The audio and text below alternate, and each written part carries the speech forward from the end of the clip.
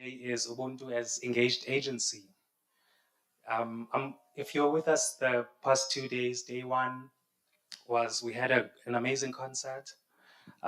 Day two, it was Ubuntu as compassion and action, which was storytelling. We had amazing films as well.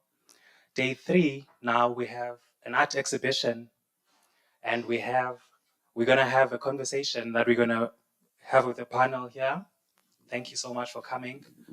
We're also in an amazing space that carries a lot of history, that carries that carries a lot of weight to the space that it's situated in. And to welcome us into the space, I'd like to call upon Ms. Ntombenhle Shezi from the Desmond and Leah Tutu Legacy Foundation. Thank you, Joel. Good evening, and welcome to our home. So this is the home of the Desmond and Leah Tutu Legacy Foundation, newly named Desmond and Leah Tutu House. It's very important for us. This building has gone through so many different iterations, built in the colonial era. And we find ourselves now as a place of great imagination and deep repair work, which is why we align so much with the ethics of what the Ubuntu Festival is about. So what we do is we take the legacy of Archbishop Tutu and Mama Leah Tutu, who in her own right is an amazing activist, and we're so blessed to still have her alive. And we think about how can we make this a space where we deeply think about what does repair work mean in the context of living in a post-apartheid and post-colonial space. So we have 3 programs that we run. And the first one is called Learning from Legacy. It's an education program. And we take the exhibition space and we bring in exhibitions and we teach kids about not just our history and the liberation history, but also like what does it mean to think about Ubuntu? What does it mean to think about courage? You mentioned compassion and connectedness. That is what we do. So we bring primary school kids and high school kids, and we've just opened a puppet show for the younger kids, and we use the work to kind of have these conversations. And then we have a leadership program, Leading for Humanity, that brings together young leaders who are doing amazing work. I see a lot of young leaders in this space, but also thinking about how do we lead with Ubuntu? How do we lead with courage and compassion? Our third program is called Advocacy for Societal Healing. And this is where we really deeply think about what does it mean to hold all the messiness of who we are, have all the difficult conversations, but to repair. So this work that the Ubuntu Festival is doing is so aligned with us. And I'm just so grateful that you guys thought of us. But also this exhibition that the Nelson Mandela Foundation has brought is such an interesting way in which it speaks to our permanent exhibition. So it's in conversation with the exhibition we have, but it's such a beautiful way in which we and have the responsibility to take these legacies and do something with it and move it forward. So we're very excited to have everyone here this evening. We hope this is not the last time we'll see you. Please come again and again, and have a good evening. Thank you.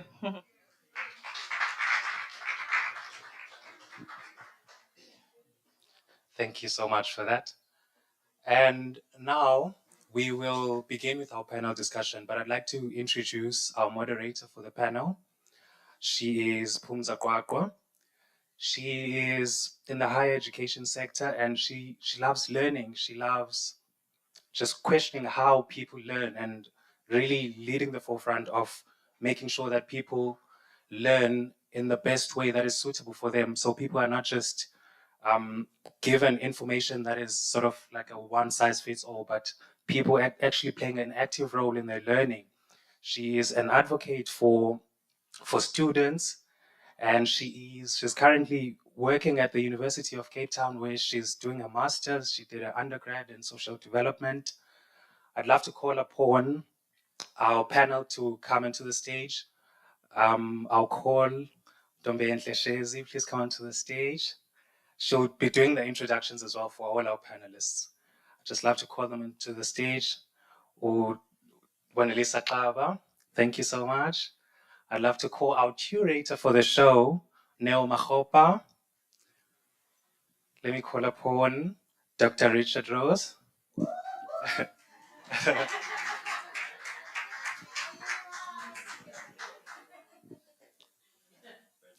Thank you. And last but not least, our moderator for the panel, Phumza Qwaqwa. Please give a warm round of applause for everyone.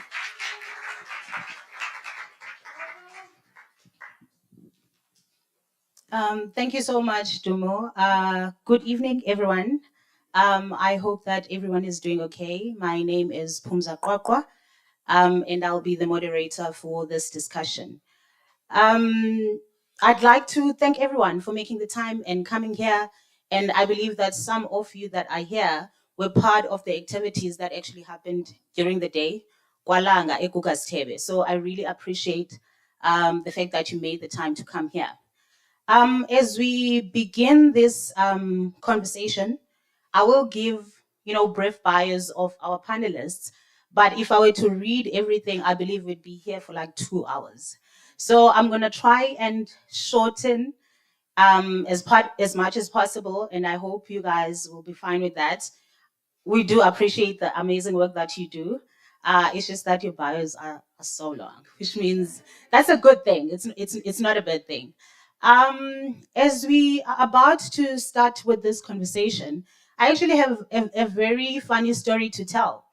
I had planned to be here at 4 o'clock, but then I ended up coming late, like after 5. The reason is that as I was leaving my house, my dress tore apart. At the back, and then I started being stressed. What am I going to do? This zipper is broken.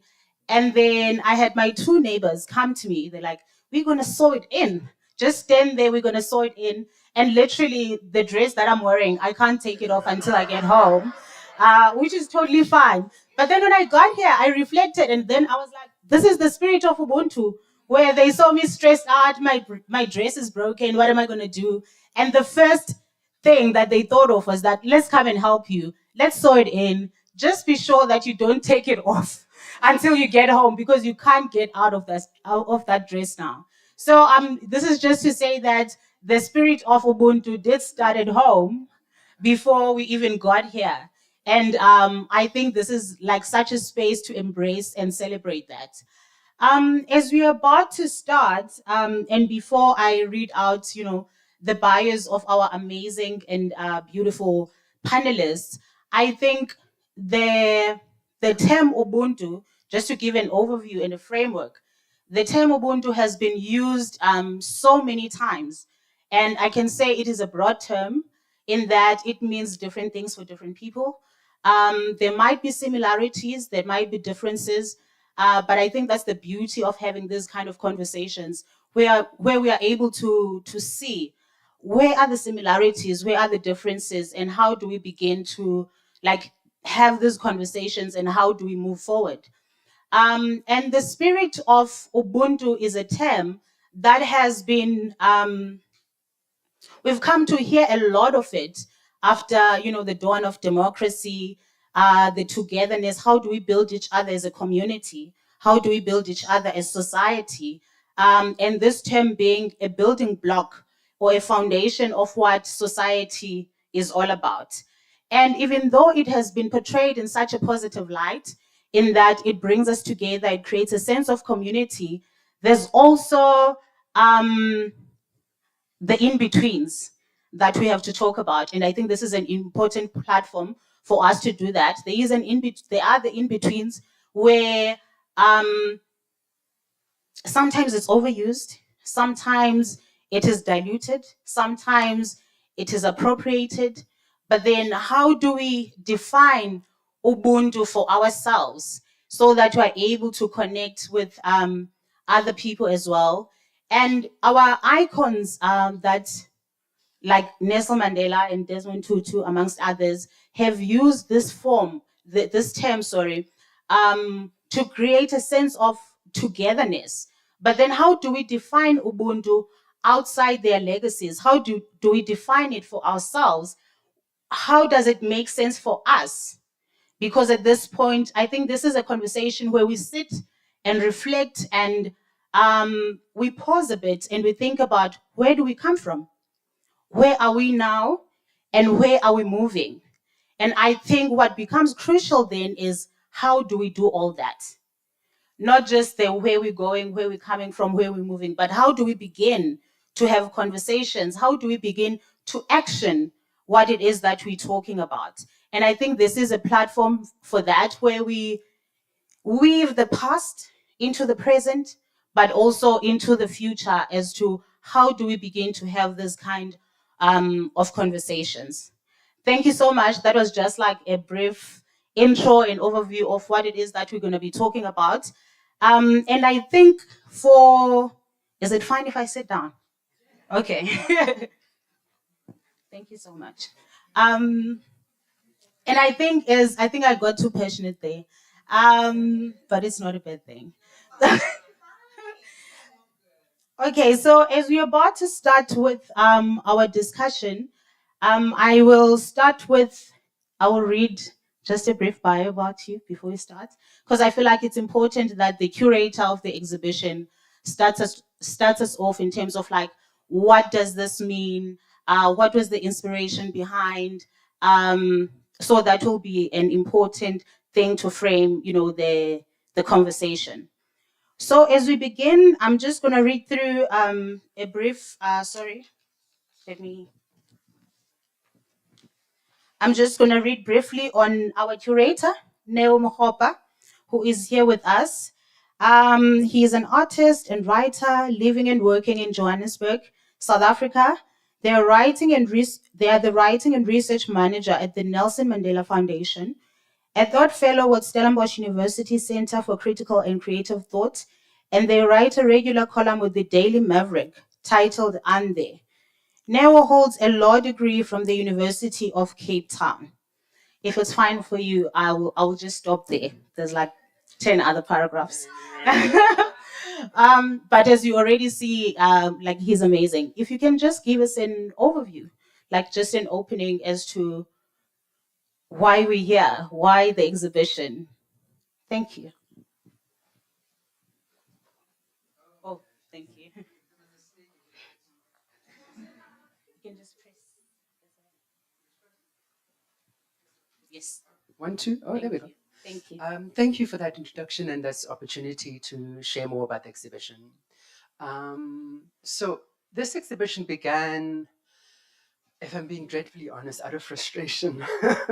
So working at the Nelson Mandela Foundation, and I'm sure you'll have similar experiences, we get a lot of questions about what would Nelson Mandela say. Especially when something has happened, the street in Johannesburg blows up. What would Mandela say? Groote Square, what's it called? Charlotte Maxeke burns. What would Mandela do? You know what I mean? And all of, and I think, being the person on the receiving end of these questions, I was struggling. And I think the way I was struggling was on two fronts. One, it's such a philosophical question. What would he have said? I can't give you an answer. Nobody can. Nobody, not his family, not his children. No one can actually know what he would have said or done. And I think that's true. Also, it's uncomfortable speaking on his behalf in that kind of way. But moreover, I think I was trying to raise the stakes, or trying to raise the urgency of the environment that we're in by saying Nelson Mandela is dead. And the thinking was, number one, of course, to answer that question of what would he have said, but moreover, more artistically, I suppose, it's taking from the play by Athol Fugard and Winston John Kani, Sizwe Banzi is dead, and I think that's a very fascinating play. And I think, just to give a sense of where I'm kind of pulling from, is, I think his name is Robert Zwelinzima. He finds the body, so Sizwe Banzi finds a body, right? And Sizwe Banzi is looking for a job. He's working on about a date. He doesn't have the right pass in his dompas to work in the right place. And one day he finds a body on the floor, and he looks through the body. He finds a passbook, and the pass has all of the right permits he needs to go work exactly where he needs to work. So he steals his identity, his entire identity, right? So Sizwe Banzi dies, and Robert Zwelinzima is alive again, But there's the fascination there is that, well, to be able to live, one must kill identity. and claim personhood. And the same process happens with Nelson Mandela. Nelson is born Kgolihlahla, and only later on in his life is he given the name Nelson. And this makes him more acceptable, makes him more referable, makes him part of, I'm going to say, white civility, you know what I mean, in this apartheid South Africa kind of environment. And so many of us in South Africa have to do the same, you know what I mean, this transfiguration. I remember a fascinating point growing up was when I grew up in the townships, and in Johannesburg, there's almost like a line where of mine dumps. On this side is the townships, on this side is Johannesburg city. On this side, it's you know, it's dust. It's not, nothing grows in that sand. You know what I mean? It's a difficult place to live. On this side, it's the largest man-made forest in the world. Clean jacaranda, purple trees. It's a dream. You know what I mean? And the change every day I had to make as much as anybody else had to. And I'm sure similar narratives exist from the townships here in Cape Town, moving to the city and back. I was told very strictly, you must comb your hair when you go see white people, and you must, when you're eating, you must finish chewing before you drink. You know, they mustn't see that you are chewing and drinking at the same time. So all of this terror, you know what I mean? And that whole shifting myself from Kneo to Kneo, you know what I mean, or Kneo sometimes, you know what I mean? So all of that. But again, it was also, I've done other exhibitions, but this is my first kind of big scale exhibition, and I think Nelson Mandela is dead. It was also a bit of a daring kind of, look at me, you know what I mean? And it was interesting, lots of responses, but when it moved here, I think that spirit shifted in me, and I think I was coming from a different place. And I wanted to cooperate with the exhibition and the intentions of the festival with Ubuntu. But I wanted a way of negotiating these narratives, right, about personhood, identity, and otherwise. And so the statement is the person is in the people.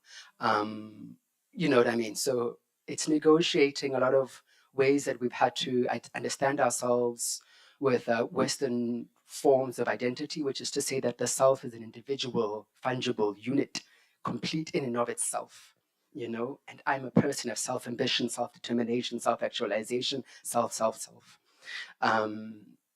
And we have that in South Africa. Of course we do. You know, we were colonized. But we also have these other currents of identity making and philosophies and ideologies. And so I wanted to situate the person in the people, which is to say that I'm not on my own. I can't be on my own. I only exist because of other people. That was very long. I'm so sorry. Oh, thank you so much.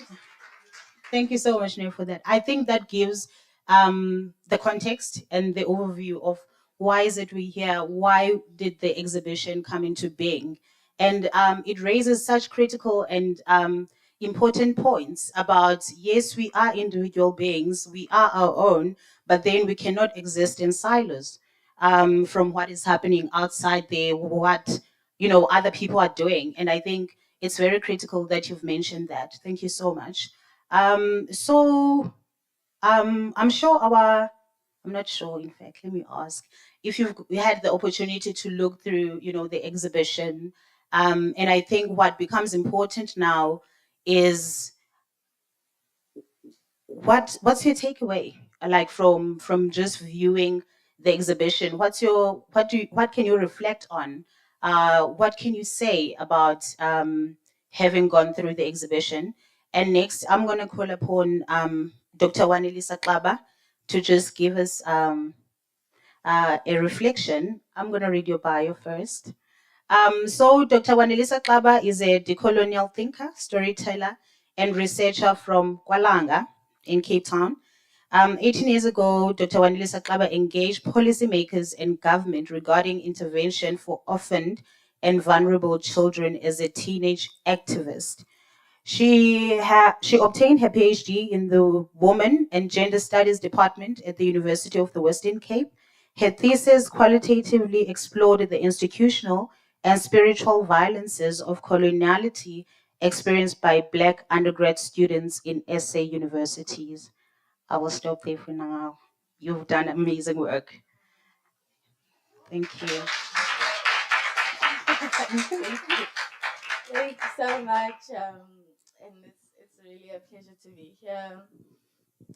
When I received the email, I looked and I read and I thought, oh, Nelson Mandela Foundation, Desmond Tutu, and Leah Tutu Foundation. I thought, with my past, I don't know, should I accept this invitation? When I do, like, who's gonna get fired? Because I've had a bit of a small history of like, a complicated history with both these people in my writing and in my engagement.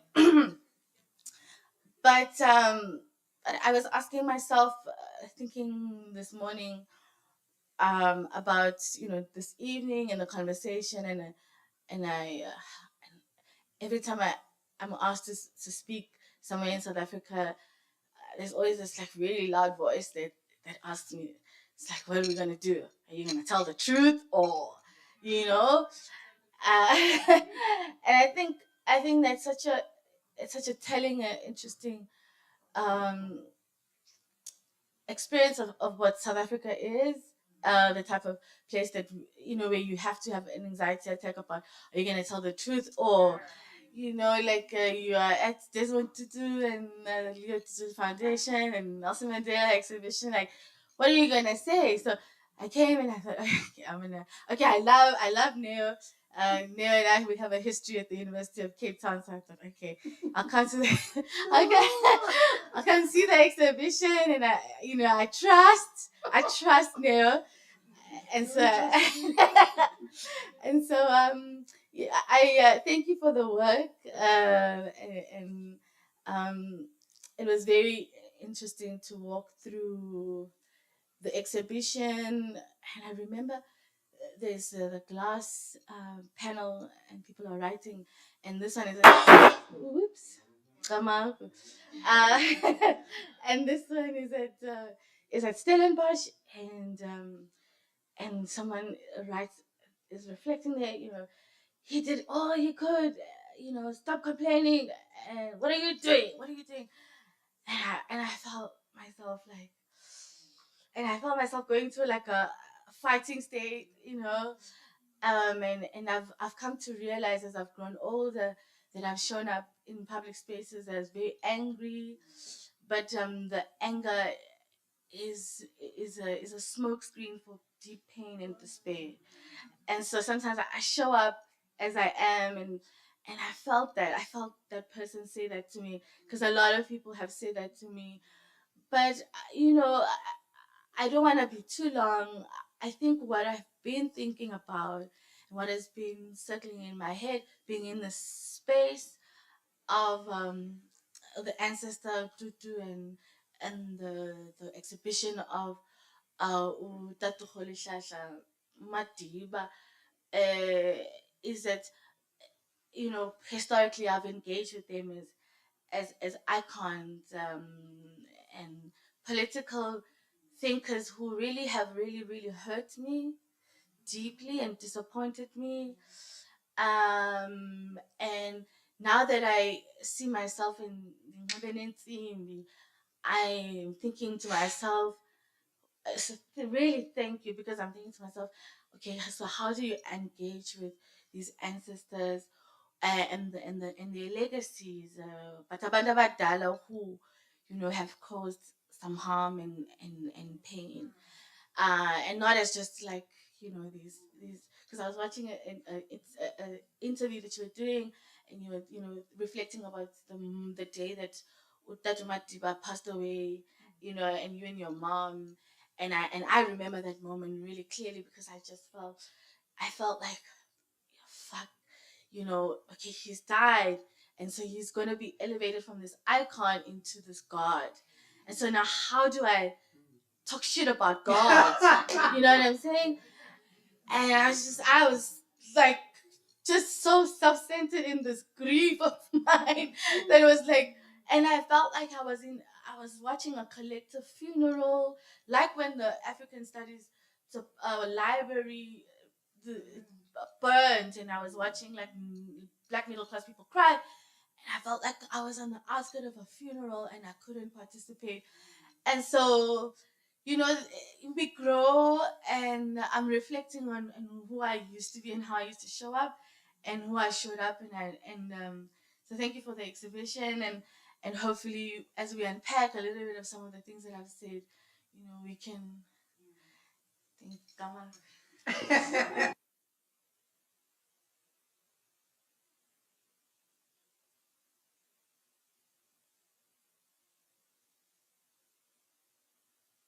Are raising very important points for us to think about, because it's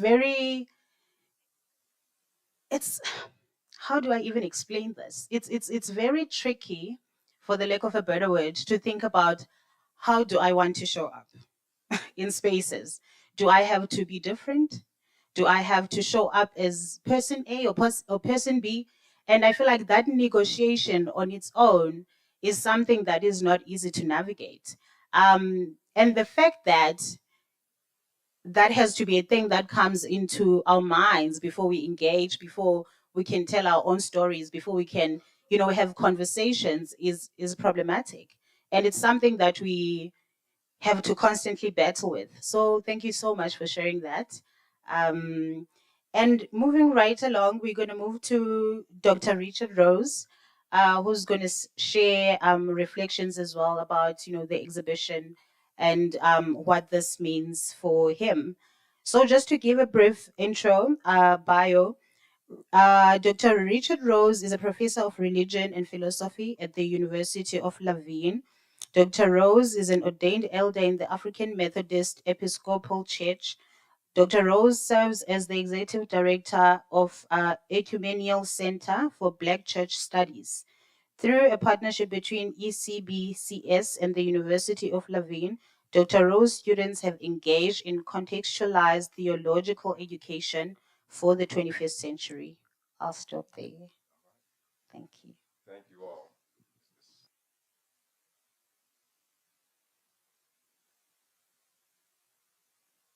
In South Africa, in Cape Town. It's been 25 years since my last visit. I was here at the Parliament of the World's Religions and had the pleasure of hearing both Nelson Mandela and the Dalai Lama speak. And so it is a blessing to be back in this space. My reflections, I have them written down, and so please allow me. The exhibition opened up a large amount of meaning in my mind. Mandela is dead. The idea of speaking truth to power, and the person is in the people. These sentiments and statements are all important for this moment in which we are living. If you saw the exhibition, you may have seen the handwritten comment on one of the Mandela etchings. It read, "Mandela is not dead." The "is dead" was changed to "isn't dead." I believe this is true, as long as we continue to do the work. In 1979, I lost my best friend in an automobile accident. He died. His name is Corey. Corey, my friend, was no longer present physically, but the feeling I had for him and his love of life remained. So because Corey was no longer with me, had to decide what I was going to do with my life, to be sure the energy he had for living was not lost. The exhibition impressed the same sentiment upon my person. In order for us to be Ubuntu, all that we can be in this moment, we need to be steadfast with our moral leadership. That is a key. I believe it is actually time. After my accident, God called me into God's service. In calling me into God's service, the message I was given was to tell the truth. So, in preparation for this role, I began my theological and philosophical studies in order to share this truth I had been told to proclaim. In the process, I earned a PhD degree. So, this process of study began in 1980. I would say it was not until 40 years later that I began to understand what it was all about. After the COVID-19 pandemic, I began to see clearly what those instructions to tell the truth really meant. The year was 2020, and I began to see clearly that truth lies deep within each of us, and it is a matter of awakening the best self in each of us, the authentic self. I am because we are. That is the truth. So, what about today? I do believe it is time. In closing, I'd like to share a little bit about what's taking place back in the States. We actually have a person who was running for political office, the presidency of the United States of America, and he's running on a value-based platform. Dr. Cornel West is running on the legitimacy of the notion that truth is power. Dr. Cornel West is a presidential candidate for us, for the US in 2024. His platform is truth, justice, and love. We're in the process of forming a new political party in the US. The party is called Justice for All. The process has begun in the state of California, and I happen to be the chair of the committee that has been assigned to make this party official. In conclusion, Dr. West has a message he wanted me to share with you here in South Africa. He wishes to applaud South Africa for taking up the Palestinian cause, to prevent further deaths and destruction in Gaza. And so we salute you for taking this moral stance in the spirit of Nelson Mandela, Bishop Tutu, and Ubuntu. Thank you for this wonderful experience here in South Africa.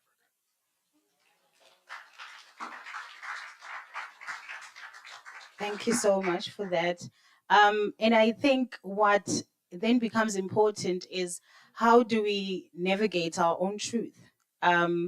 What is our truth and what truth is acceptable out there? Because there's also that. You can have your truth, you can be truthful to yourself, but then it doesn't necessarily mean that that truth will be accepted like on the outside. And I think that's a very important thing to also think about. And lastly, we have Ntombenhle Shezi. I'm going to read just briefly. Ntombenhle Shezi is a social justice advocate, communications specialist, writer, and researcher, currently serving as the Advocacy and Communications Manager at the esteemed Desmond and Leah Tutu Legacy Foundation in Cape Town. At the foundation, she programs and curates the highly renowned Desmond Tutu International Peace Lectures. I'll stop there for now. If you could just, thank you so much, tell us your reflections. Thank you.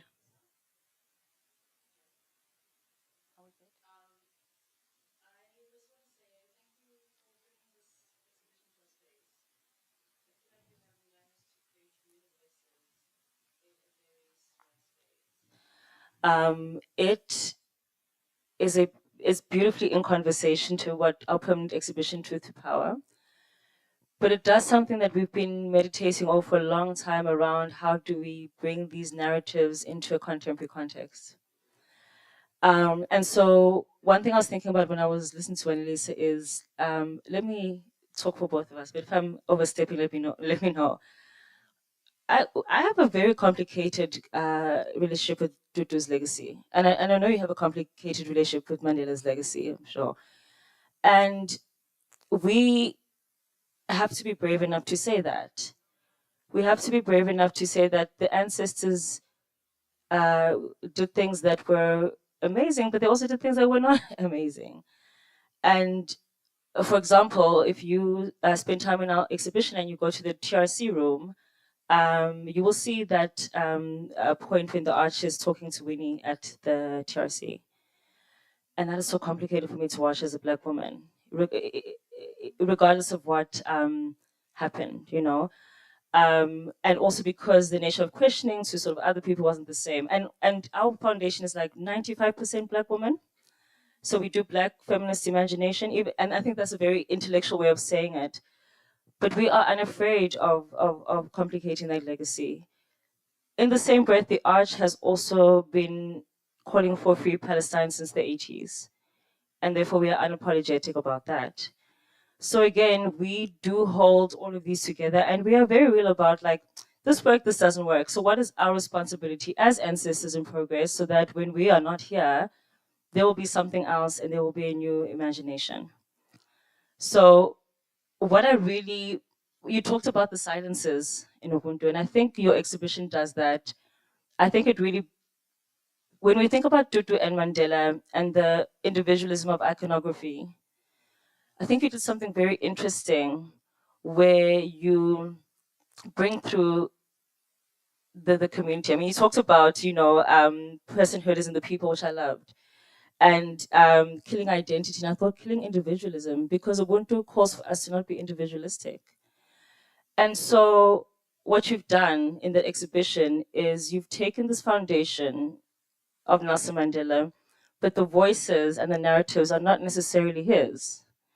And that's Ubuntu. And I think that requires what we're interested in a lot, which is a radical Black feminist approach to archives, radical queer, Black queer approach to the archives, radical Black approach to the archives, because that approach understands that it's collective work. And that's, I was so excited when I saw this exhibition, and I'm so excited to have it here, and I'm so excited to tell people to come, because I think it does the work of, now we're responsible for these narratives and legacies, and what are you going to do with it when it lands in your lap? And I think you did it so beautifully.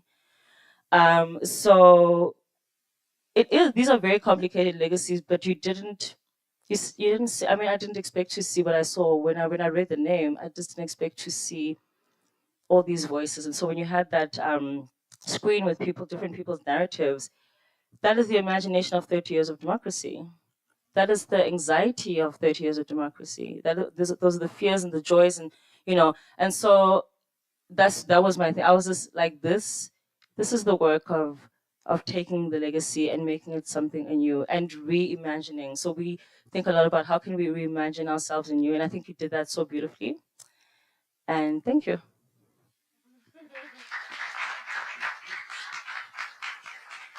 Thank you so much, Ntombenhle, for that. I think the other thing is that when you mentioned the word radical, it doesn't sound too sweet or too nice, with people. And I think those are the things that needs to be dismantled, disrupted, because if you feel a certain way or you have a strong feeling about a certain cause, then why are there no spaces that are forwarded to us for us to have those honest conversations? And thank you so much for that reflection. It provokes a lot of thought. Now I have a very interesting question to ask you, because initially the exhibition was titled Mandela is Dead, and it changed to The Person is in the People. And I'm very much interested to understand what inspired the change and what inspired that shift. Sure. Thanks for this question. Maybe to start, I want to talk kind of just in response slightly. What I find interesting is, so part of the thinking in putting up those perspex panels for people to write and respond to the prompt, what does it mean that Nelson Mandela is dead, was there's this seemingly contestation between, I'm going to name it the sellout narrative, but at the same time, there's also a saint narrative that doesn't get as much flack. You know what I mean? I think both of them, of course, are incomplete, but there's a way that criticism or I'm going to say rich engagement, meaningful, true engagement with these legacies gets in the public, in the grand narrative, are seen as fringe. You know what I mean? Like as though can I refer to? So like a Wanelisa, Dr. Wanelisa, for instance, Wanelisa is made to feel afraid of saying it, But I think when you read those panels, these are not fringe narratives. In particular with young people. So Stellenbosch, we went to the university. Of course, it's a very tumultuous university. And we also went to Braamfontein in Johannesburg, which is the largest student complex, I think, in Africa. There's multiple universities. There's UJ, there's Wits is there, there's colleges and otherwise. And again, to look at what are young people saying, what we found is that young people have very philosophical, ideological, critical, meaningful engagements with Nelson Mandela. What is also interesting is that the word sellout was not there, which is to say that these are not kind of popcorny politics of like catchphrases and whatnot. These were genuine and real. There was also a lot of dismissal of the question, which is also interesting, right? This kind of what we call the foundation Mandela fatigue. I mean, the roads,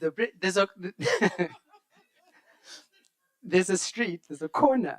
It's on corner Nelson Mandela Drive and Madiba Street. Can you imagine? You know, and I grew up with that. For me, again, and maybe it is a matter of seeing through my own eyes. I felt completely overwhelmed. I felt this was really excessive in some ways because it flattens the narrative. It flattens the legacy. It flattens it. It says, don't read closer. In fact, only remember him for 27 years in prison. As though being in prison for 27 years is you know what I mean? There's so much more, you know? But in terms of the change, I didn't want to come with a fighting energy.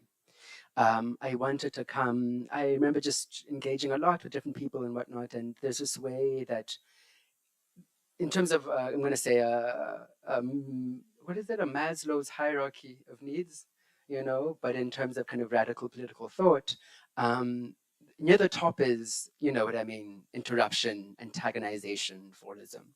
At the bottom, the first one is love.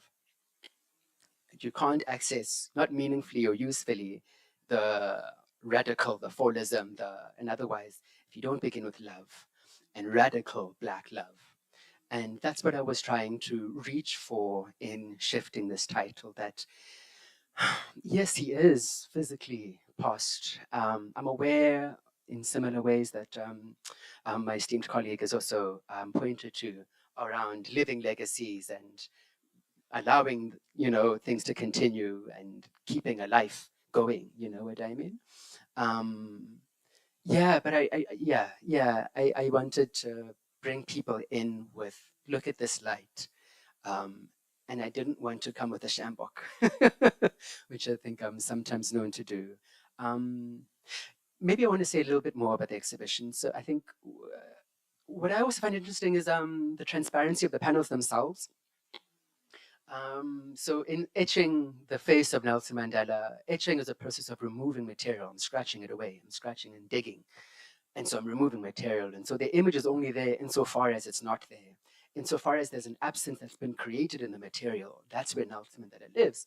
And I think that's interesting, the transparency, of course, but also fascinating was if someone is standing on the other side of the exhibition and you're on this side, you're looking at Nelson Mandela, but you're seeing the people of this country who are here right now. And so, you know, that person is in that people too. But yeah, moreover, it's about trying to drive people to say, you're still here. But we don't know what he would have said, but you are here and you have a mind, as much as he had a mind, as much as they had minds. You know what I mean? By them, I mean the ancestors. You have a heart, you know what I mean? And I think what's more important is, as I think the panel has also been describing, what are we saying? What are we saying about that explosion in Brie? What are we saying about Charlotte Maxeke, you know, and otherwise? And what kinds of energies, libidos, and otherwise can we bring to this movement of redeeming the promise of 1994? Thank you so much, Kneo, for that. I think also what becomes important and almost difficult, if I can put it that way, is the negotiation of, you know, the radical with the love and trying to meet, you know, everyone in between, if I can put it that way. So how do you begin to draw people in the sense that you're not too radical, but then also you're still trying to put your message across? And those are very, you know, difficult things to negotiate. And I think just drawing from what you've already mentioned now, I'm gonna ask Dr. Wanelisa, if you could just maybe reflect and tell us, what does Ubuntu, what did Ubuntu look like, you know, before the legacy of these icons that we've mentioned, and what does it look like now for you as Wanelisa Xaba. Yeah, I mean it's a very difficult. I guess it's a very difficult question, and it's difficult to reflect, because I don't know what it meant. I wasn't here as far as I can remember now in my and so I don't want to be dishonest in saying like, oh, Ubuntu made this and Ubuntu made that, because I really I don't know. But I guess as a researcher, you always sometimes look at the evidence. And if you're someone who's an archivist, you look at what's left behind. And when I was thinking about Ubuntu, I always think of my mom. I think of my aunt. I think of like black women in my township, my neighbors. I think of some of the black women I've been around, Anse Peshweni, um, and I think those are some of the people that inform what I have come to understand as Ubuntu in a sense. Um, and just to you know to talk a little bit about my mom. So I I'm writing a book which is an adaptation of my PhD, and in the book I'm telling a story of my mom, and I'm the setting is kind of like a belief that my heart is a multi-layered structure with different rooms, and in this one room there is it's a shape in in in the in the shape of a uterus, and it's painted endometrium red, and there are 34 chairs, and all of the 34 chairs are different versions of my mom. uh, at the time I'm writing, I was 34, and so there's different chairs of every year of my life, and she's telling me the story of 1976 because she was a young person then, and because every year she's telling me the story, every year she would just tell me the story every year, so I would just sit, June 16, I sit, and she's telling me the story. And so I was reflecting on that because she's been recently diagnosed with dementia, and I'm realizing that this year is probably going to be the year that I won't get to hear that story again. But as I'm reflecting on that pain and the loss of having a mom that now has dementia, and I'm realizing that for 34 years my mom has kept the memory of a dear friend of hers that passed away, that was killed in front of her. They were in Langa in August 1976, and it's the protests, the uprisings. And they've in front of the Langa police station, and her classmate and friend Xolile, ancestor that Xolile is killed right in front of her, just like in front of her.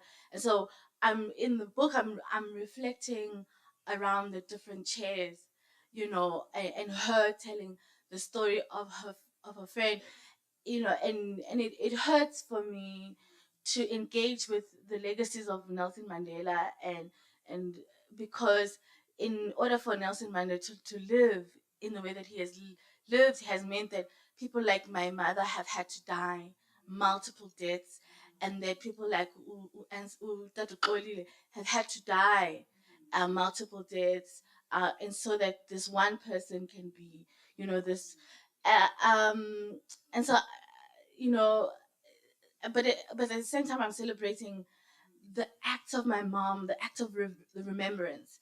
So there's this scholar called Dr. Eve Tuck from the US, and she's part of a collective, and it says, you know, that the opposite of dispossession is not a possession and accumulation, but it's the act of unforgetting and mattering.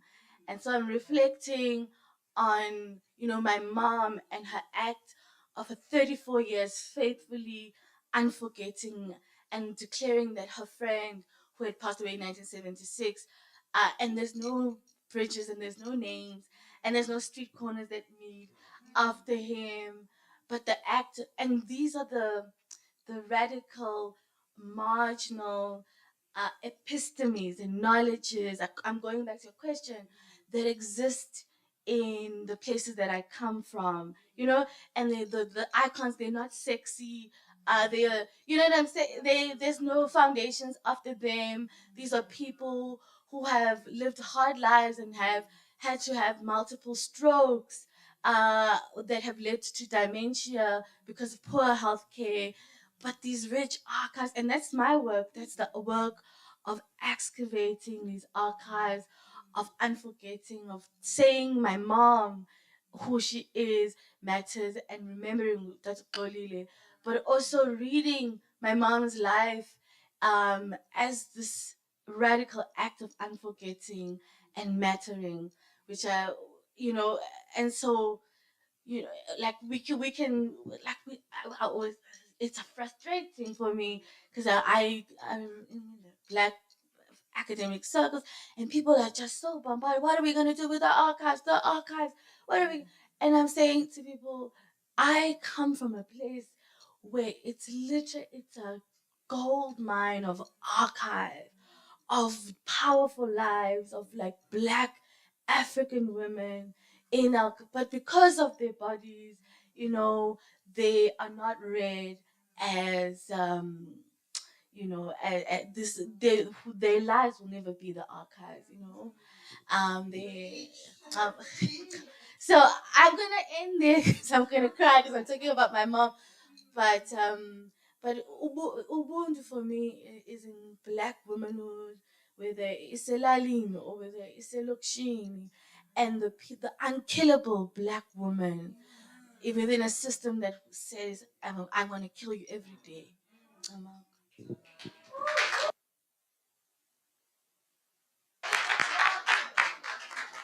Thank you so much for that. And I think we are beginning to see how, you know, Ubuntu is so personal, like to each and every one of us, and our stories matter. And I think what you've raised as an important thing is, how do we unforget when we're expected to move forward? How do we begin to do that process? And it's such a difficult thing to do, because we've got our own stories that we carry. We've got the present, we've got the future, but that cannot function as an isolation to what has happened in the past. Even though the mandate is for us to move forward and figure out how do we move forward from here. But the past is an integral part of how we begin to move. And how do we begin to make those negotiations? And that's very important. Thank you so much for sharing that. Ntombenhle, if you can share your reflections as well. Thank you. So, I mean, I mentioned earlier that we do a lot of work around this idea of Ubuntu, but I think that I don't know if I can actually articulate. I believe Ubuntu is humanity, like seeing each other. But speaking of that in English, I can't articulate it because it's like an embodiment. And so even when we say you are because other people are, like, we say that a lot, or humanity, but it's a feeling. It is being. And so I've been thinking a lot, for example, about some of our work and how we're also quite interested in indigeneity and indigenous voices, thinking about where we are. We're in District 6, also this is indigenous land, etc. And the erasure of Black African indigenous spirituality and language and that kind of stuff. Because Ubuntu, you know Ubuntu, because that's how you're raised. And so when we talk about environmental injustice, for example, it is obvious. It's very clear to us that you should only take what you need. And it's very clear and obvious to us that when we think of humanity, there's this thing as well about humanity. We think of it as it's the embodiment of being human. And then you think of yourself as being on the top of this hierarchy of this world or universe that we live in, because that's humanness in your head. But the environment is living. We know this, everything else is living. The elements is living. And Ubuntu, you understand this. You definitely understand it. And that's why when you spend time with like your grandparents or whatever, you go back home, it's, there's like such a moment of going back to the elements and stuff. And I think at the moment, when I think about it, it's not a mistake that a lot of our generation are going back to that idea of leading with spirituality, leading with Black spirituality, leading with the stuff that's innate.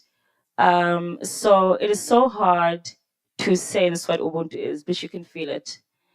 It is an embodiment in how you treat people, in how you see, and how do you see people. I think there's something about humanity is about how do you see people.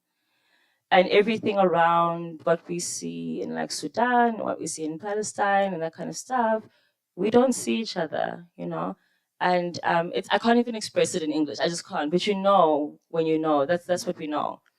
And I just, the art has written a lot about Ubuntu, but again, it's so sometimes it becomes so intellectualized. So I mean, I just did some notes around what he spoke about as interconnectedness and how we exist in isolation, and we kind of think that we're just so separate from each other. We're just so individualistic, But the world only works when you actually understand that, like, no, So I do think there is we are moving, I think, into betterish times. I don't know what that looks like, but like we spoke about love and compassion here. Someone else spoke about love and compassion, and that's how we're leading. That's the stuff that is becoming. We used to be so scared to talk about love and compassion, and but that's always been there. That's the only way that we can move, and that's the only way that humanity works. And at some point, it was not hip to talk about that. It was not hip to be like, oh, you need to move through love and compassion and really seeing each other. But that is Ubuntu, and that's the work, I think we're here to sort of figure out. Yeah, yeah.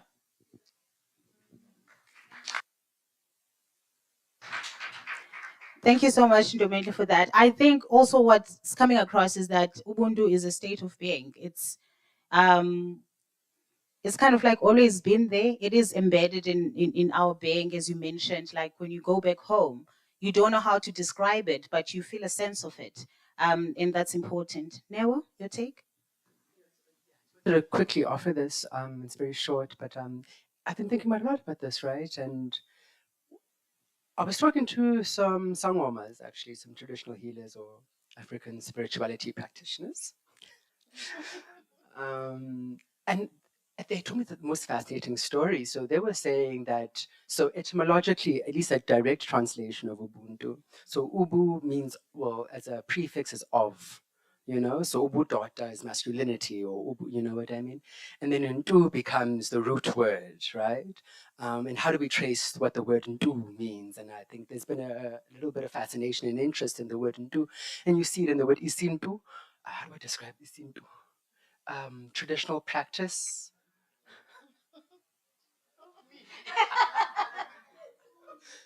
Isintu, you know what I mean?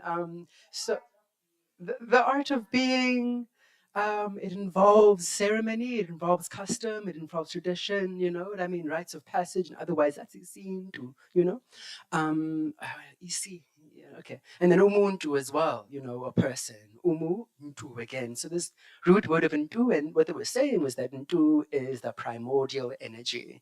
And Ntu-ness exists in all living and loving creatures and creations, And so to say Ubuntu is of that original spirit, energy, life force, you know? And I just found it really beautiful. In other ways as well, I like to see Ubuntu almost in two ways. One as a definition of a person, of course, we have that, but also as a test of a person, you know, because you can fall outside of Ubuntu when you are operating outside of people, when you are antagonistic to, you know what I mean, when you are trying to instrumentalize, domesticate people as tools for your self-ambition. You're operating outside of Ubuntu. You are no longer Ubuntu. You know what I mean? So there's that as well.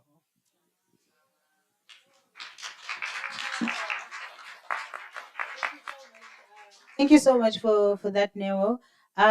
Dr. Rose, your take? Well, as I think about the term Ubuntu, in fact, I came here to South Africa to bring the beloved community to meet Ubuntu. And in the beloved community, what I've recognized, I taught a course called Building the Beloved Community, and we looked at 4 different religious traditions. We looked at indigenous tradition from the Americas. We looked at Hinduism through Mahatma Gandhi. We looked at Christianity through Martin Luther King and Howard Thurman. But the beloved community is actually a liberation theology term. Africa was not included, the notion of Ubuntu. But when I started looking at Ubuntu and what it really meant, I found that there were no doctrinal claims, there are no creedal claims that are there. Ubuntu seems to be the glue that holds the beloved community together. And so I come away from encountering the notion, the idealism of Ubuntu in such a way that I think it can help solidify some of the stuff that is happening in other spaces.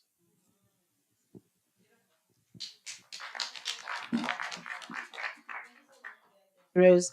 And I think as I'm looking at the time as well, our panelists have raised, you know, very important points in terms of how does Ubuntu become the glue that holds us together? What does it mean for each of us? But then what does it mean for all of us as a collective? And then that becomes an important thing to think about. And I think just as the maybe last round of questions and reflection, as I'm also aware of time, maybe we can think about, we've spoken about Ubuntu, we've spoken about what this means to us, we've spoken about the exhibition, in our reflections from that, from our personal experiences, from our interactions with people.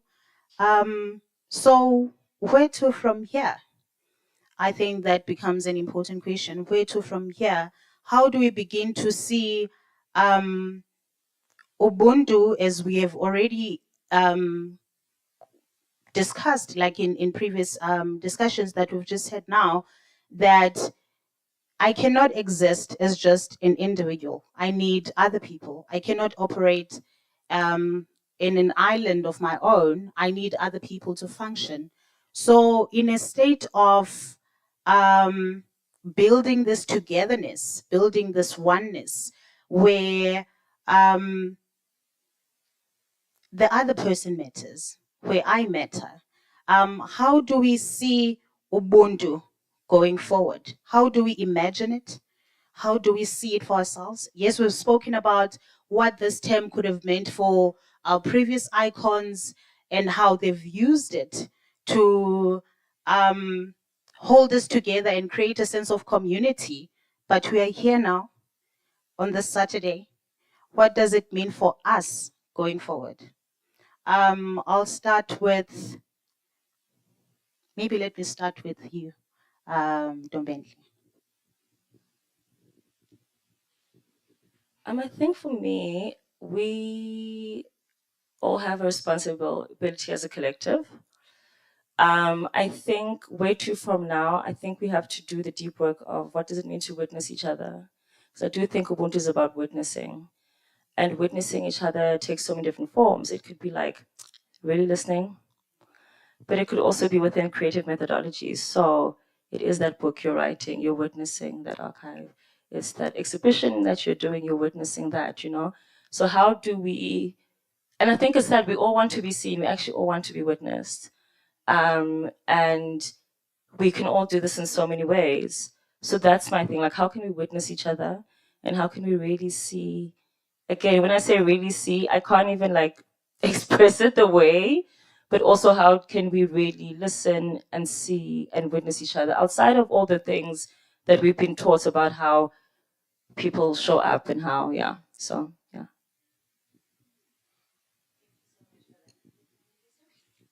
Yeah, thank you so much. Because you know, it's, the idea of witnessing, I think I first heard it from James Baldwin. Then I also heard it from another American writer, being interviewed by Brene Brown, and it radically really shifted my understanding of agency, and myself in the world, as someone who sometimes is misidentify, and I misidentify myself as an activist or a healer or this or that or that. But I've really, I'm actually writing about this. I'm really thinking about what it means for me to be a witness, um, in a world that doesn't see Black people, um, you know, and in a world in which sometimes activism can have, you know, savior complex undertones. Um, so, like, for me, the powerful way of being a witness to my ancestor, being a witness to the people around me, and to be a witness to the unborn generations, I think very, very deeply about that in my work. I work with primarily with Black students who have been removed outside of the system, and I look at what epistemic annihilation looks like under coloniality in the education system, and when I look at the unkillable, I will always talk about this term, the unkillable, on the margins, who, you know, who live the life of dying every day, but also do the work of, through our ancestors of, wait. And I say this because I know I've had to die a couple of times, in order for me to be who I am, including ukuvuma ukufa. Um, but I think, you know, the idea of Ubuntu and the conversation around it really needs to come from a place of deep honesty, in that we are seeking this thing because we live in a political, economic, psychological, and a spiritual system, a global system that is premised on not seeing us as people. And what does it mean to walk around Cape Town, Johannesburg, to walk around, you know, the United States, in a system that doesn't see you, but it's on an interesting level also does kind of sees you in a hyper way, whether it's hypersexual, hyper criminalized, da, da, da, da.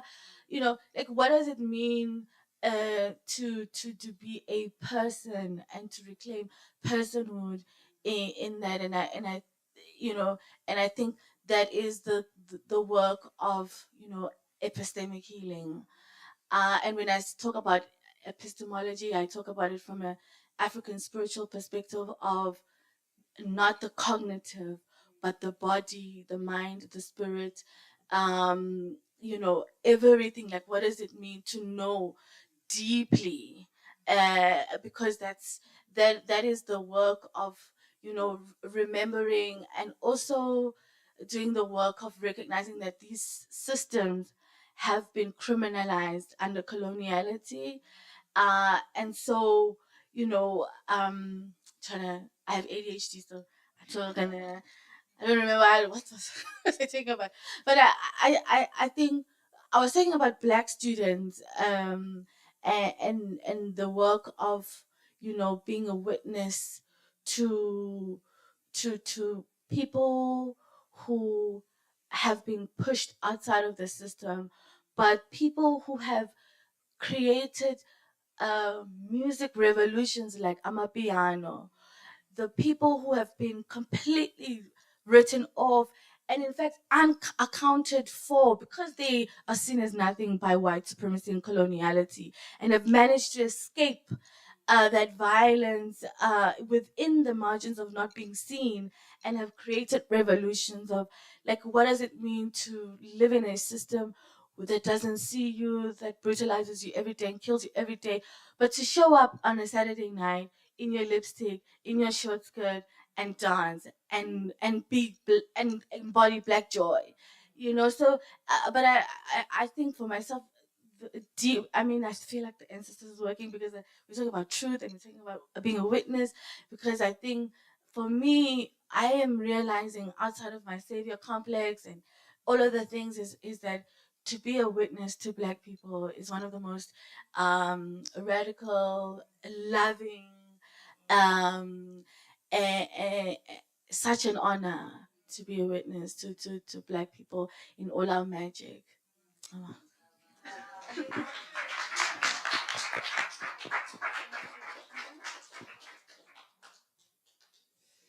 Thank you for this question.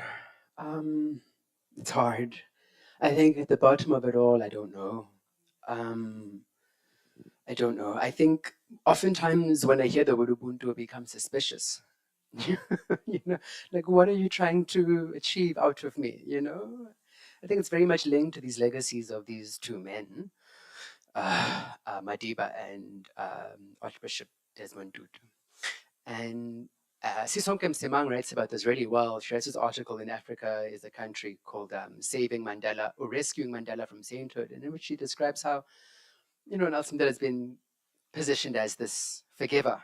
And she uses the phrase forgiver in chief, you know, like commander in chief. And I think there's something similar, of course, with Archbishop Desmond Tutu in the sense that the arch has also been presented as the patron saint of forgiveness, you know. But with that narrative, I'm not forgiven. I'm not the one. We're not the ones being forgiven. So then, if that's the central point of Nelson Mandela and Desmond Tutu, it has nothing to do with Black people. They're not the ones in focus. They're not at the center of that legacy, you know? And so then the invocation of Ubuntu oftentimes for me feels like the invocation of that notion, that narrative of forgive, come on. You know, why are you so angry? You know what I mean? I think about the future a lot. And by future, I don't mean, you know, kind of just the passing of time, but I mean that kind of that sense of something fundamentally new is happening. There's a novelty in being alive, you know, that's futureness. And you can go to the future by going to a different country. Tokyo is in the future, you know, Japan is in the future. You know what I mean? That's a novelty of experience, of time, of, you know what I mean? But there's contestations, right, with the past. Godwell Shun writes about this. He's a Ghanaian and British researcher and writer and filmmaker and Afrofuturist. But he writes about how, you know, especially of the 20th century, you know, Black people or Blackness in Africa more broadly being excluded from the Enlightenment project, you know, being excluded and knowledges, indigenous knowledges being referred to as nonsense by Hegel et al., you know. And in response to that, we've spent almost our whole lives trying to recoup the past, trying to demonstrate historical presence that, you know, the first Black person to do this was that, and the first, you know what I mean, and, you know, and we actually invented light bulbs, did you actually know? You know what I mean? What that does is that it is a moral imperative to turn your back on the future. And as we've been, as you're describing, you know what I mean, immersed in the archives, coloniality has been moving to the future, has been mining the future in futures industries through shares and options and, you know, the whole thing of buying a bond, not a bond. What's it called when a bunch of bonds are stacked together and then sold as a product, a financial product? There's a word for that. I can't remember it. Do you know what I mean? You know? So all of that, right? Kind of predicting what the future will be, making money off of it, and then insisting that it becomes decolonial. I don't. I feel like I'm attacking you now, but I really am not. Decolonialness asks you to look away from that. So then there's this way, then we're kind of falling into that same future again, where the future is colonial. You know what I mean? But how do we do that? How do we stretch ourselves in two ways? How do we recoup the past, demonstrate historical presence, and still fix the future? You know, and identity is a big part of it. You know, and I think again, Ubuntu is definitely related to identity. I'm suspicious of identity. I'm suspicious of the limits of identity. You know, especially in the ways that identity politics has been moved into this thing, this unrecognizable thing of, you know, I'm more oppressed than you, and therefore I have the moral right to speak over you or otherwise. You know what I mean? You know, identity politics was originally written by, I forget her name, and I feel terrible now.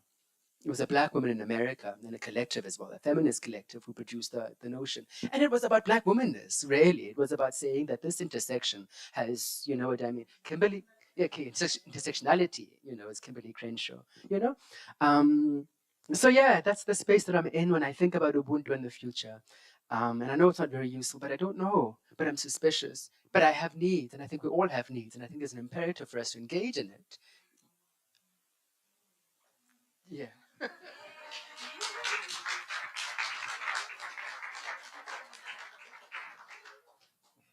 Thank you. I think a part of it is hearing one another. We talked about truth, we talked about witnessing, and there's also listening.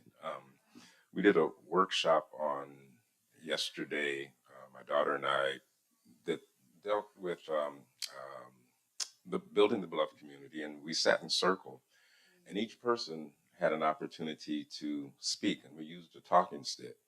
My friend Kamara back there told me that in the tradition out of which he comes, they use a feather. And I found a feather on my walk just a little while ago. And so this feather is something I'm going to take home with me. And if each person in circle is allowed to share their perspective, then the truths can come to the forefront and we can move based on multiple truths as opposed to one singular truth, because truth itself is very broad. So recognizing that, I think we can do something.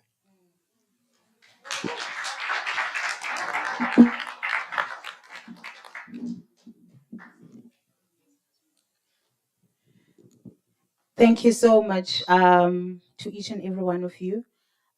This has been such a great conversation. And if I'm being quite honest, I think one of the difficult things that I often battle with is having conversations without any action.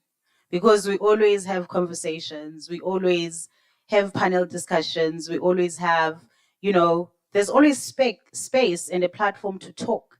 But then the action going forward in terms of like what happens is always very much questionable.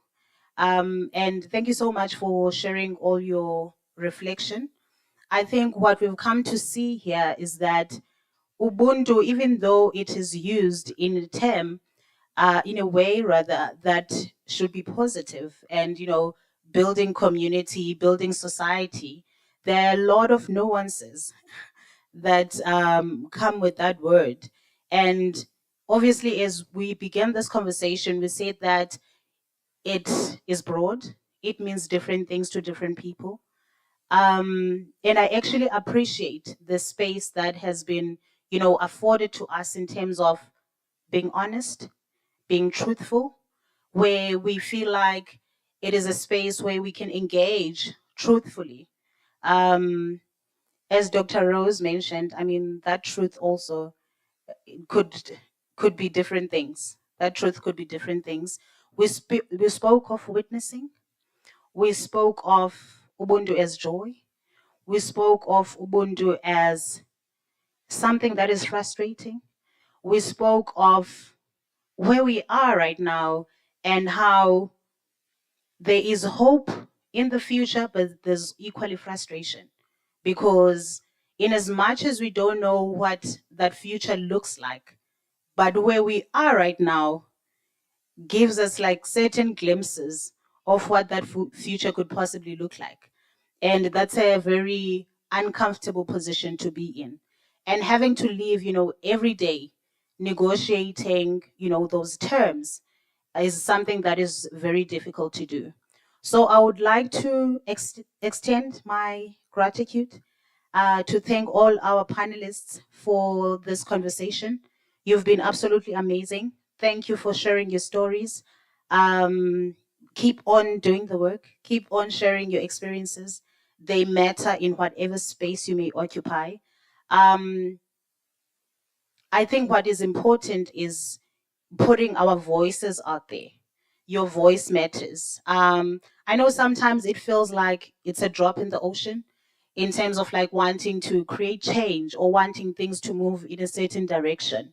But you speaking your truth, you speaking, your journey and your own experiences actually matters. Thank you so much for sharing.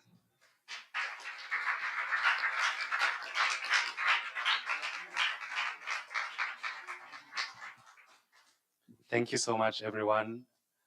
May we please just give a warm round of applause once again.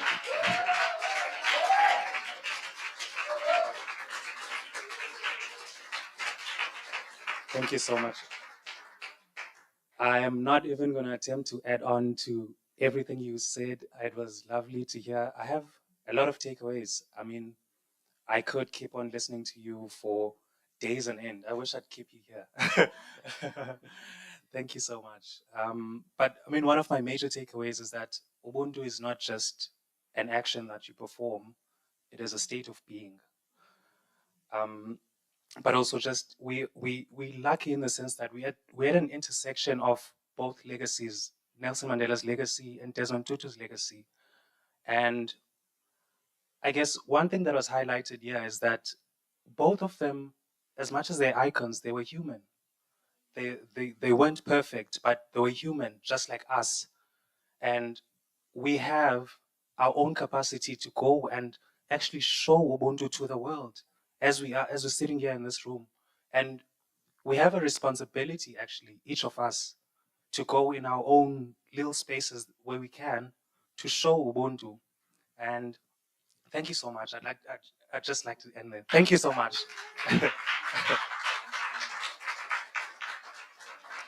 We have a token of appreciation for all our panelists. Thank you so much. I'll bring up okay. Thank you so much. But this is our token of appreciation to all our panelists.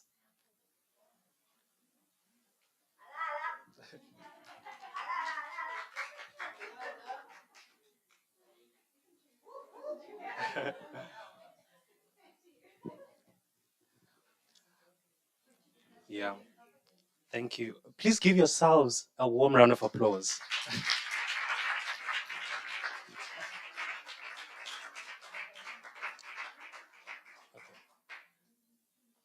Okay. I'll give some time for a few questions. Maybe if anyone has any question in the audience.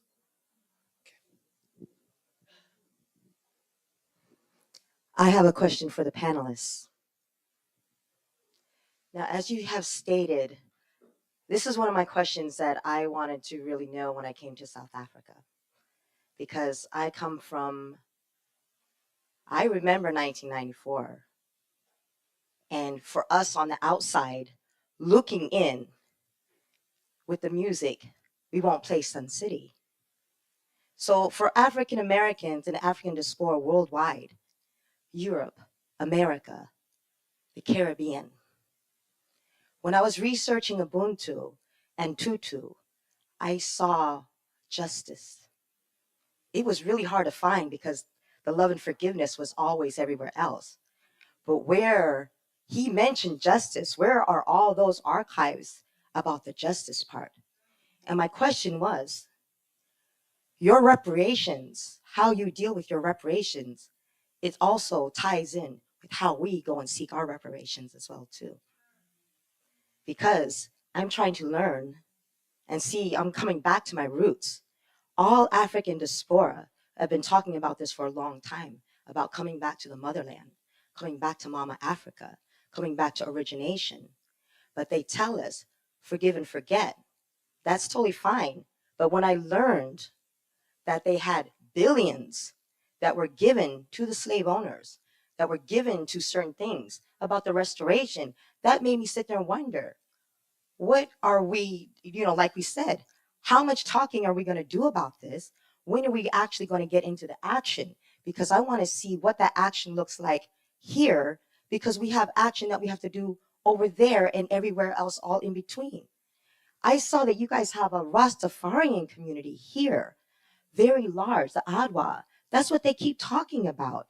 It's like, what happened during the Berlin Conference? Who wrote these things as far as land distribution and everything else?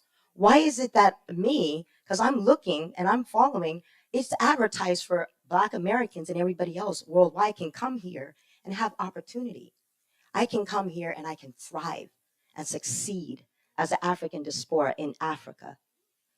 But are those same opportunities being given to the people who were born and raised here? And from what I understand, there's a lot of land up available and for sale for everyone else. So if like how you guys are moving forward is like how we're moving forward, because yours is more recent, because I remember when we went and played Sun City and I had to raise my daughter and teach my daughter what was happening in South Africa as a mother. And that was the thing. It was Serafina. I made my daughter watch Serafina. I made her watch A Dry White Season. I made her watch Biko. I made her watch and learn everything. And I had to do this on my own because they would not give us the education in the United States to learn these things.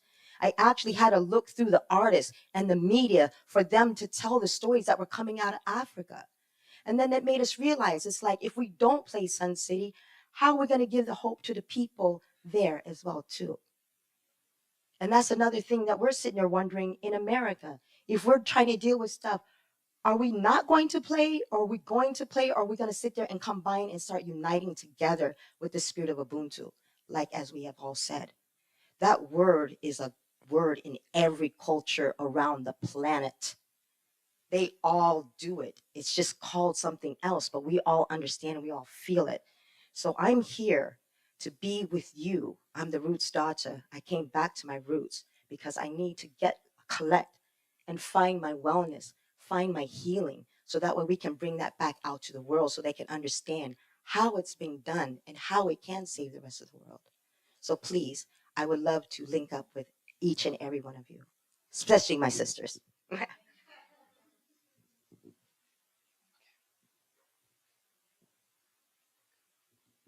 Hi, thank you. This is just it's more of a comment than a question. It's just to say thank you so much to each and every one of you on the panel. Just such amazing thoughts and such amazing disruption. So beautiful.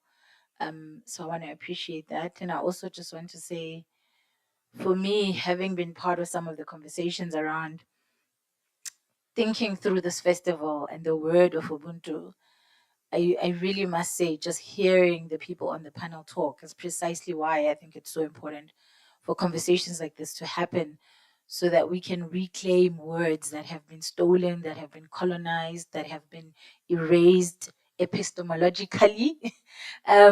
So I'm really grateful that in talking to what we're talking about, we're not just talking about kind of the nice and the good and the beautiful emotions around it, but also we're talking about why we suddenly need to have these conversations, but also why they cannot happen the way they've always happened. Thanks.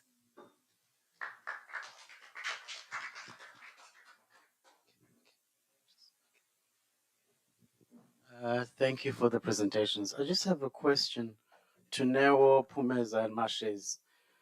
You went into it about Ubuntu being, Ubu means a state of being.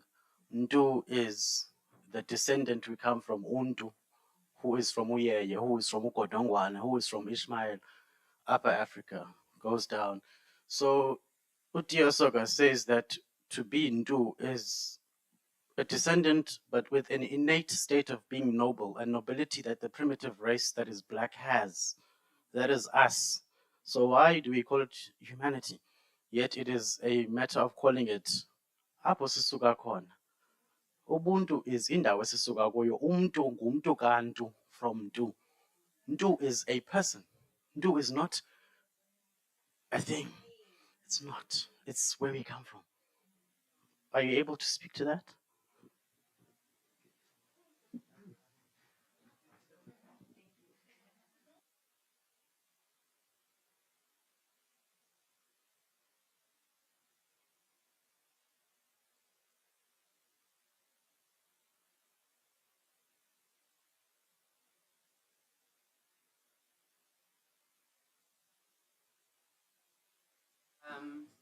Thank you.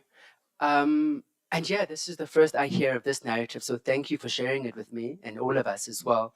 Yeah, I'm just learning from you, so I don't have a real response, but it sounds it moves me.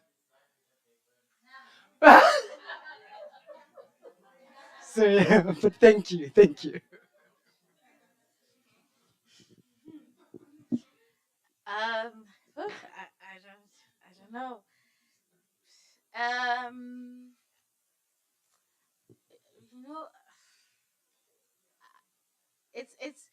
I guess one of the things that I also is thinking about, epistemic humility, and I really, you've just displayed it and just said, well, I'm learning something new, and we had a conversation with Asanda earlier where she made me aware of this, and I think it's wonderful. I will speak for my own self and my own journey of healing and coming into myself as I'm growing as a child is that sometimes I'm not very um, married to like where the origin of something comes from necessarily, and being a purist in that, because I think when I think about Ubuntu for myself, because it's complicated, but I think that I always try and decolonize n- the human centric sense of it as well. That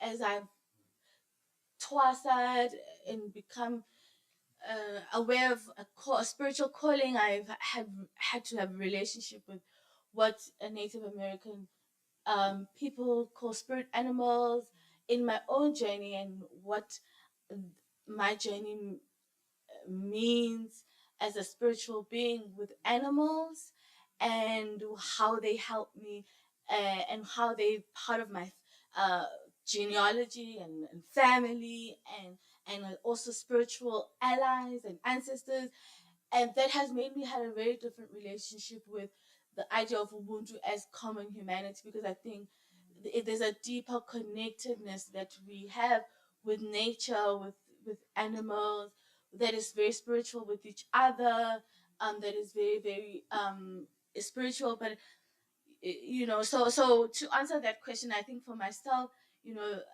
it's fascinating to learn about that right now because I didn't know, but I also am reflecting on the kind of conversations I've had to have with my own self around my own spirituality and relationship with animals, and especially as a girl child who's grown up in a township with like no access to nature, or a healthy relationship with animals, or to hardly see animals, and so that has become for me a sense of really spiritual connectedness with the universe, with everything that is alive and breathing and energetic, and also there's a sense of I want to bring the idea of time, like we talk about time as time is this linear thing, that and for me my understanding of time is not the past, the present, and the future, but it's just existing as a someone or Twasai,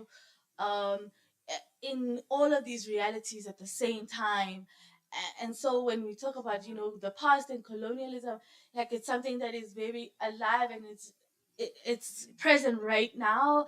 But also when we talk about Black futures and Black liberation, and it's something that is also a part of the past, but also alive right now. And so I simultaneously like live in different worldings, which I also think is also part of the conversations that we can have to say we don't have to limit ourselves into mourning the past, anxious about the future, confused about the present, but like these realities, and we know it as amagqirha and abantu abathwasayo nabamhlophe, is that we live in these realities, and the idea of love as well.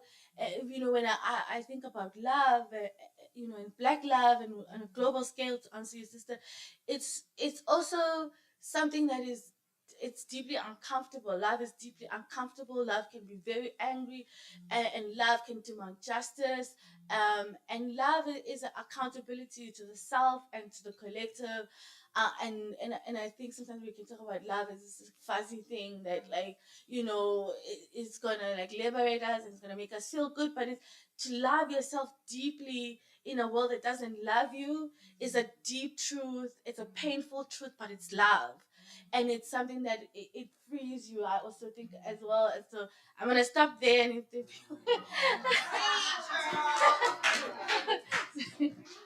And I think you have articulated a lot in relation to that question. I don't think the concepts that we're talking about are mutually exclusive. I believe the idea of the origin story for me is colonial in a sense. Um, I don't know. I think we can have multiple origin stories, and I think again, language maybe is the thing, because when I do talk about human, I think it would be a different conversation if we're not talking about it in English and in this very intellectualized way. So I don't necessarily think we're saying different things. I think that how we are expected to articulate ourselves and how we show up is a separatist sort of context. So that is very interesting, and for me, it just makes me feel like we have multiple universes, which is as well what I was saying about Noah's exhibition. But I do want to speak to the context that you were speaking about, and because justice and just work is so important to me and a lot of my colleagues. And when we talk about this legacy and the work of being just, so we do a lot of work around the unfinished business of the TRC. And so we work with families at the moment, and we're very interested in like teasing out that moment, the exhibition, etc. Because we do believe it was such a very painful, very messy, very like we just kind of glossed over it. Now we're here. We didn't do the work because we didn't do the work. Now we're dealing with the stuff. But I also feel like in the work of justice, and if you can just see the three of us in the space of just work, we are also the people who are being crushed by the system. So I think sometimes it's so difficult for people who are being crushed by the system to always lead the revolution and always pick everything up. So we have like 3 R's that drive our works. We talk about reconciliation, but that means it complicates it, right? We don't have to reconcile, we whatever. And then we talk about repair. And repair could be reparations as we know it, but what are other methods of repair and healing, etc.? And then reimagination is our last R. But in doing that repair work, often we're quite tired and so burnt out with the repair work and trying to pick up all these little stumpies of justice, this, that we also need to be honest about who else needs to come again with Ubuntu and pick up the work. So just in the context of us living in Cape Town, we're dealing with spatial apartheid, the legacy of spatial apartheid.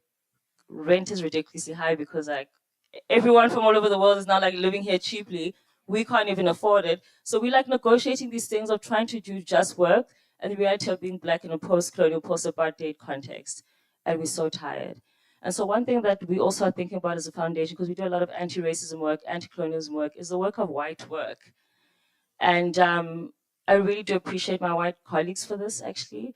And the idea that there needs to be a space where that work can happen. Don't bring me into that space because I'm very tired. I'm doing all that stuff. But I do trust that I have seen that some people are starting to do that work. But we have to split the work of the revolution or liberation in a sense. And this is why, you have all the student activists burnt out. You have all, so again, because, you come from a different context. And I'm also from Joburg and I moved to Cape Town. I come from a very different context. Like the class situation of me as a Black person in Joburg versus Cape Town is quite different. not different, but it's just because I come from Joburg, I come with a different context. I didn't grow up here, so I moved differently. But when you come, you don't pick up the silences in between. We are interested in justice. We do deserve reparations. We do deserve repair, but like we can't be the ones. You know, someone else has to pick up the load of doing that. And I love that you can come here. I think it's so beautiful to see more Black diasporic people in a city like Cape Town. But let's not forget the people from Cape Town and the Black folk who were actually raised here and their history and etc. And how they also do justice work in very small ways that we don't always acknowledge. I mean, we had a workshop here, and someone who came here used to live in District 6. And he was just like, I could have walked from my house to here, but I had to drive from, it's like, it's weird. My house just used to be here. And so those are the nuances of the little things around. Let us not forget that I'm also a visitor here, someone who grew up in KZN and Gauteng. And I don't assume that the people here don't do the work of seeking justice and reparative work, but it needs like a reaching out and someone else also picking the load of that just work to then, in terms of land, accessing land and all the stuff you're thinking about. So I think people are preoccupied with that, but also, this is capitalism, gotta work, have to do these things. You live so far from the city where you work, you're so tired when you get home. So we are navigating all those multiple realities at the same time, yeah.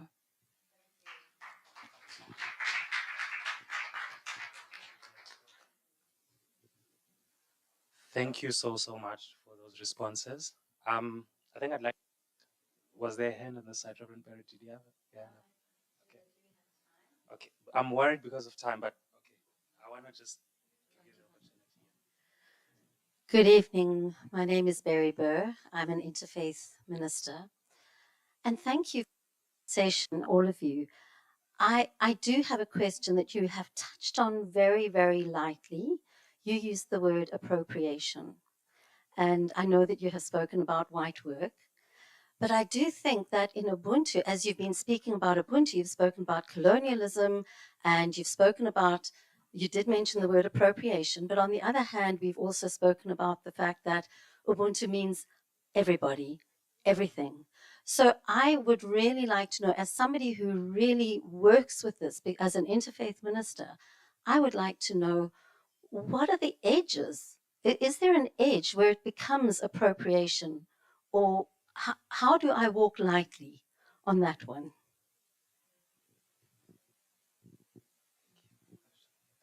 From the panel, who would like to give a response? Would you like to give a response? Oh, it's another question. Okay, I'll open up to the last question, and then the panel can just respond, and then we close. Good evening. I'm Nomtunzi Jacobs from Kwalanga. Yes, I'm the founder of Kukastebe, and I would like to talk to you, Dr. Xaba, a home thing now about how can you help us do the archiving? Because Langa is the first township for Black people in the space, in the Western Cape, and as a model for the other townships in the nationally. So I think we do have a lot of firsts that are not spoken of, including Xolile's story. We do talk about it on the tours when you come around and we walk with you. It's one of the things we established, that people stop getting in with their buses and just pointing at us as if we are in the zoo. They must walk and talk to us and engage with us. It's one of the things that Langa does. So my question is, how can we engage and grow the place and grow it as an archiving space? But I also want to ask the community here, maybe on behalf of the continent and on behalf of our other communities out there, what is the interest in them to come and spend time there? You know, if we do have such quality and you know, caliber of firsts and examples and origin of arts, craft and heritage, do you even see it as a place and a resource that you can come and invest in it and move the economy of that place into a different space? Then I want to ask the next question to say that how do we go on decolonizing if we haven't defined the terms,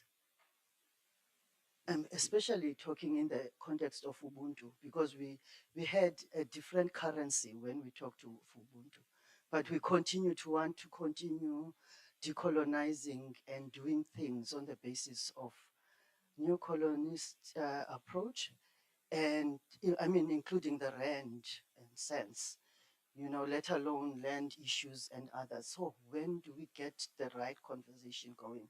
Because I think until we do that, we'll be looking for our tails all around and around all the time.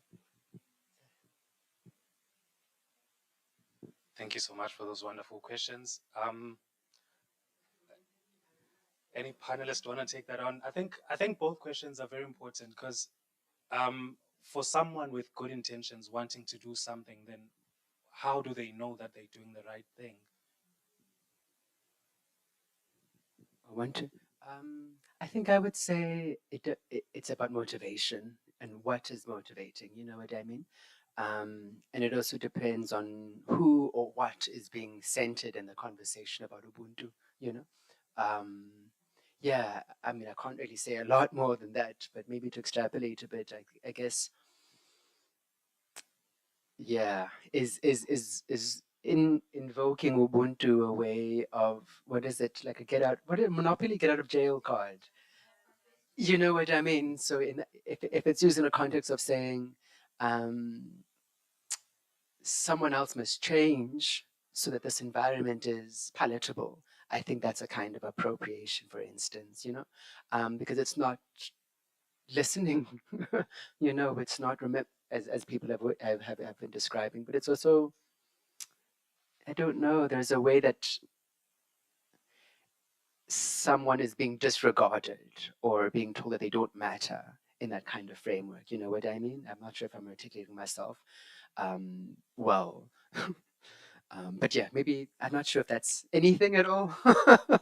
But yeah, I think there's something there. I'm struggling here, but there is definitely something there it's about the who and it's about the why, and it's about how is it done and to what end. You know what I mean? What is trying to be achieved? Yeah, I think I'll say that.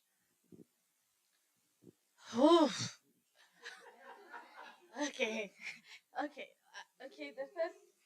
The first. Thank you for that question. And it's gonna be. Stay with me. Just hold on to me because it's gonna get a little bit bumpy. But I think you know. I think white people have a lot of work to do. And in terms of like spirituality, I think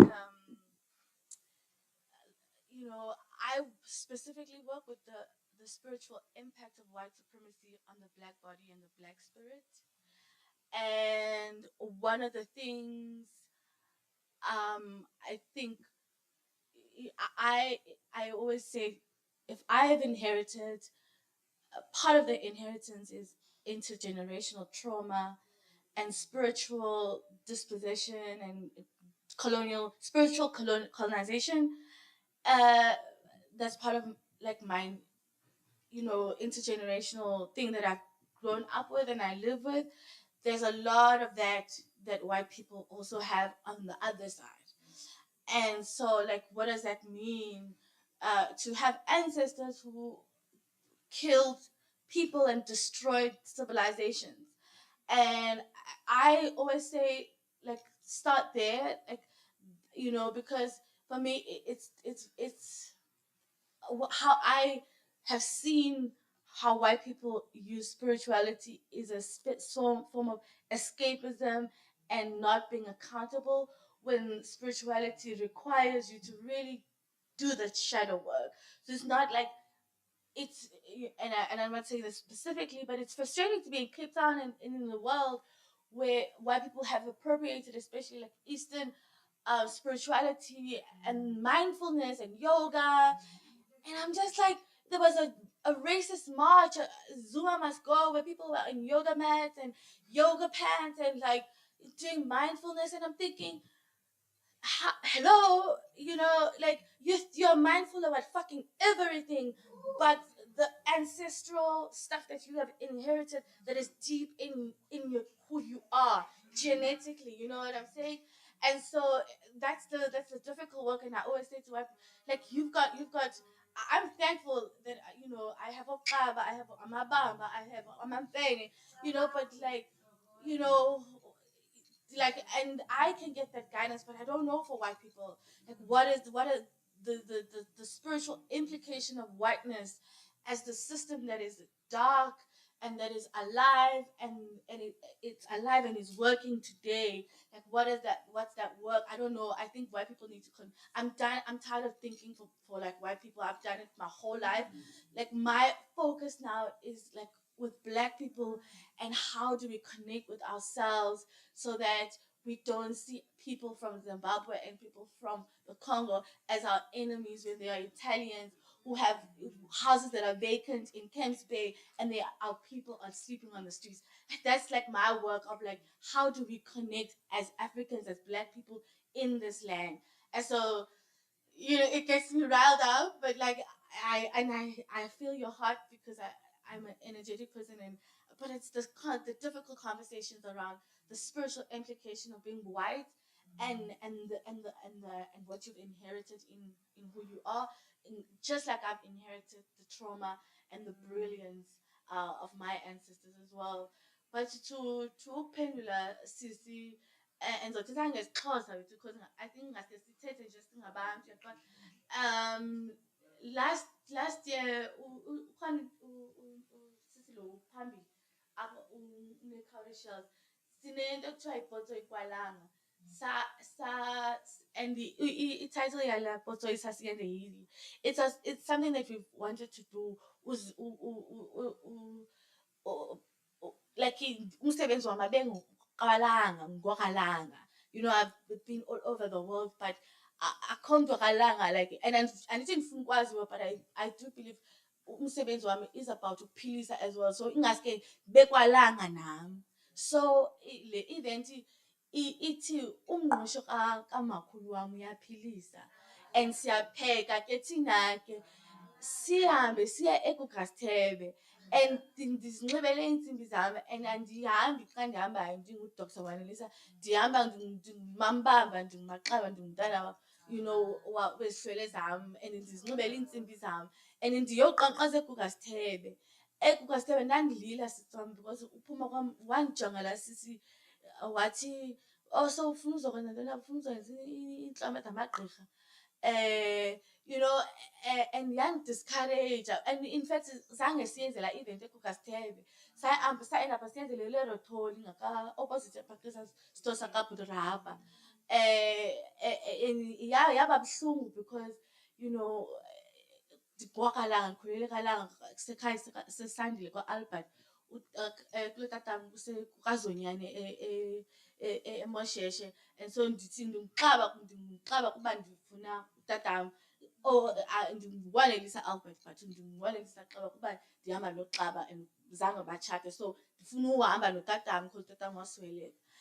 And so kubuhlungu sometimes xa ndiyavuya ukudibana nawe, because sometimes siyafuna uzenza izinto singabantwana bakwalanga, kwiindawo zakwalanga, uba sifuna uphilisa, sifuna uhamba siphilisa, sisenza lo msebenzi apho sisuka khona.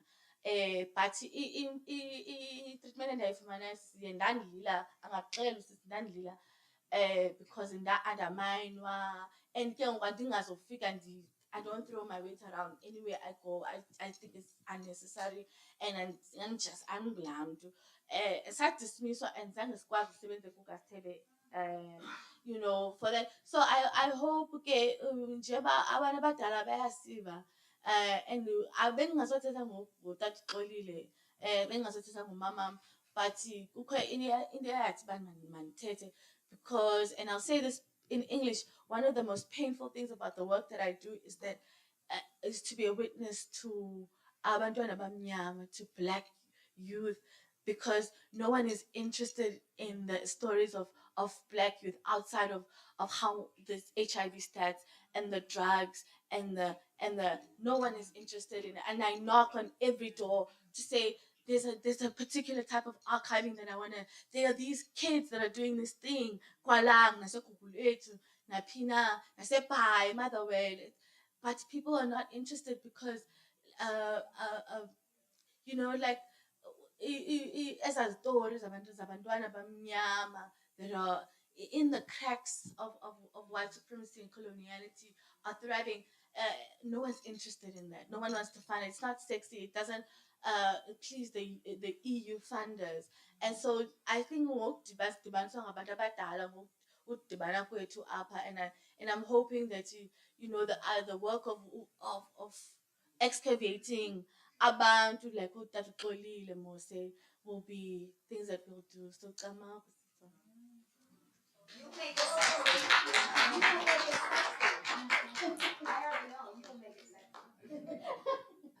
So my throat is a little bit scratchy, but I'd be interested to engage later about appropriation, what examples, because I think that would help me think a little bit more around this conversation. But I do think that these conversations need radical honesty, and people have to be unafraid of feeling. People have to be unafraid of being rejected, especially.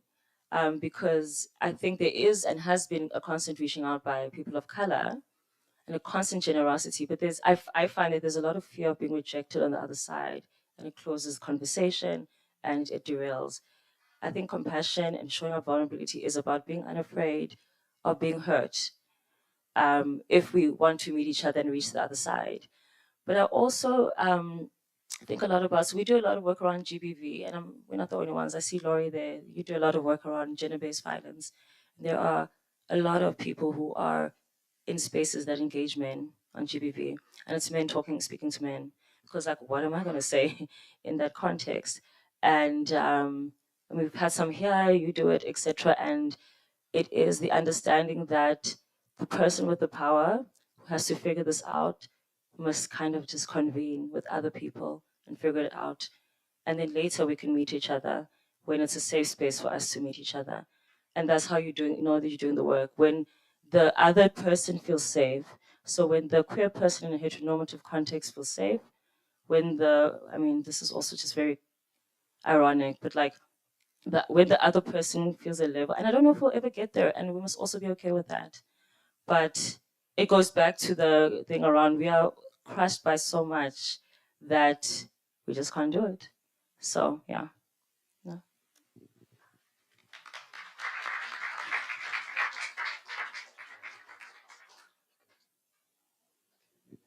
Thank you so much for those wonderful responses.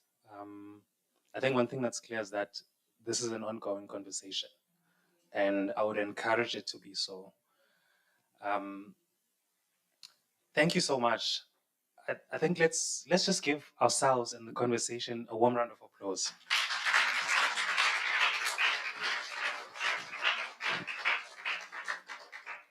Thank you for that. Now we will die. We will get a chance to eat with each other, and I encourage those conversations to go on. Our ushers will also guide us to for those of us who haven't seen the exhibition, to see it as well. But please feel free, have a chat amongst. Thank you.